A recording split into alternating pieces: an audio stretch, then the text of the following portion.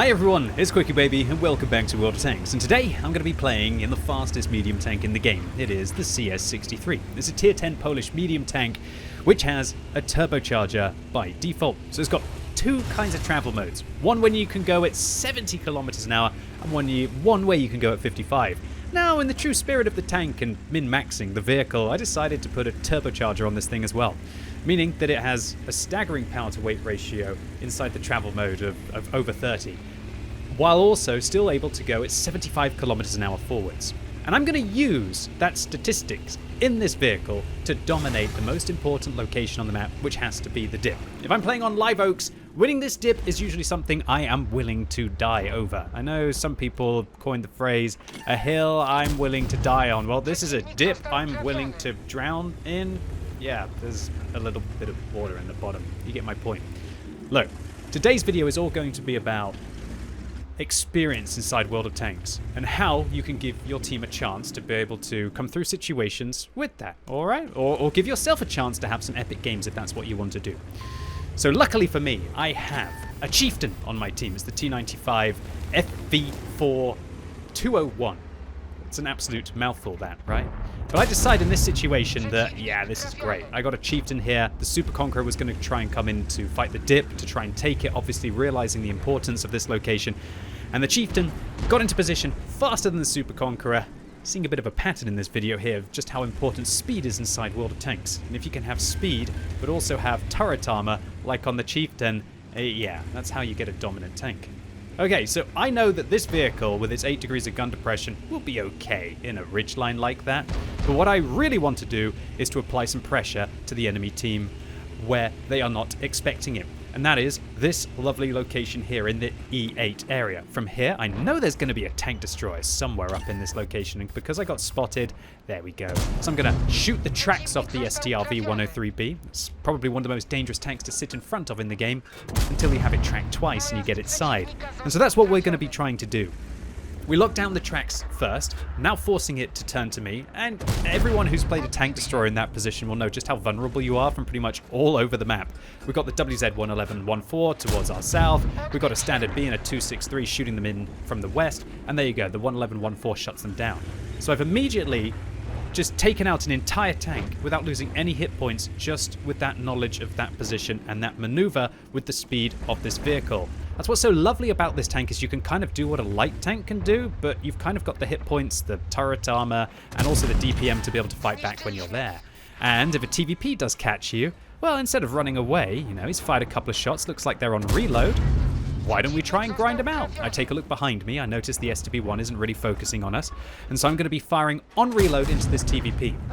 One thing that not a lot of people realize about the CS63 is that if you set it up in a bizarre way, like I have, where I'm not even using vertical stabilizers in this tank, because really its gun handling is very good to begin with, outside of the siege mode that is, or the travel mode as I should be calling it, you can actually maximize that DPM with a gun rammer and with vents and the turbo like I have on this tank to get some outrageous firepower for a very fast tank. Kind of is like, I just realized one of the reasons why I do okay in this vehicle, and that is because I pretty much play it like a light tank, but with turret armor and also with better DPM and better penetration. Yeah, the only thing it really doesn't have, I guess, is going to be the camo rating on the move and also the low profile. Quite easy to hit, right? So this game is just an absolute disaster. Even though we're up to 3,600 damage and 1,500 spotting, we've pretty much dealt with multiple tanks on the enemy team. The enemies must have crushed the town, and our team must have been very ineffective indeed. We are down by double hit points. One of the lovely new features of World of Tanks is that you can see the hit points of your team and the enemy team at the top in the latest patch. And we are literally 6,000 hit points versus 14,000 hit points on the enemy team. This is going to be a tricky one to get through, and this is one of the most important shots of the game, trying to find the EBR. Obviously, a knowledgeable player is using the wreck to be able to zigzag away from me, but we connect, shutting down the vision on the enemy team. Now they have no more light tanks, and while our team also has no more light tanks, I would consider myself to be a light tank.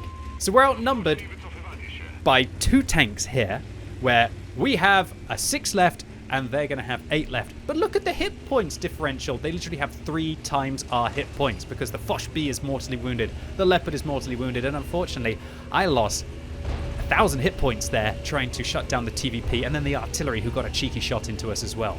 So this is the part of the video where would you give up in this scenario? Would you just try and sit at the back? Would you just try and farm out some damage? Would you try and get that one extra kill to make yourself feel slightly better? No. What we're going to try and do here is realize that if you draw or you lose, it's a loss. Play to win. That's what we're going to do. And you'll see that the chieftain actually sacrificed their vehicle to be able to get some vision on the tortoise, which is going to allow our leopard on our STRV-103 to interrupt the tortoise. I know that stopping there would be a stupid idea because we need to interrupt the other vehicles, and I am the only one who's going to be able to get that vision and get that damage in. There's the Progetto 66. We leave the turbo mode on the vehicle so we have better gun handling. The Progetto uses a med kit, which means they're able to engage me effectively, but all I really have to do is just get that T-54 out of the cap circle. I'm thinking, who shall I shoot right now? The Progetto? They're interrupted. Try and get one more into the T-54, and now it's just a case of hoping that our team are going to accept the gift that we have given to them. I, the chieftain, got the initial spotting and interrupt. I managed to get the rest of the base defense points, and even though they're outnumbered with 2,000 hit points to 5,000 hit points on the enemy team, let's see if they're going to accept the baton that we have given them here. And there's just no doubt that I can tell that the chieftain on the enemy team is a very experienced player. And I would consider myself to be fairly experienced in World of Tanks occasionally. And one thing that's really interesting is people are always asking me, how can you increase your win ratio? And you can suggest far-flung, ridiculous things. Of course, they make sense, like paying more attention on the mini-map, playing your vehicle better, knowing the enemy's weak points, all of that. Very hard to do. But really, some people still think of it as like some mysterious process. And if you break it down like this is something that I have thought is very powerful and I've been using in my sessions as well, is that the difference between 55% win rate and 60% win rate is only going to be one extra win out of 20 games. And so if you can just influence that one game out of 20 that the vast majority of players or the average player would have lost, and then you turn it into an opportunity for your team to possibly come through, and as we're going to see, the STRV-103B, not going to tell you whether they're going to win or not, but they're definitely going to give it a good go here. Look how the enemy team were just completely outpositioned. They thought the CS-63 and the Chieftain would be pushing on towards their cap circle, hence why the slower vehicles like the 111-14 and the 268 version 4 thought that they probably had to go back to defend.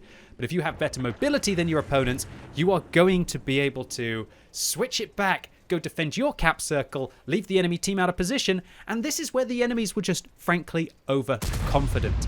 They thought, we're outnumbering them 2-1. We've got 2 times, 3 times, at one point I think, 3 times their hit points.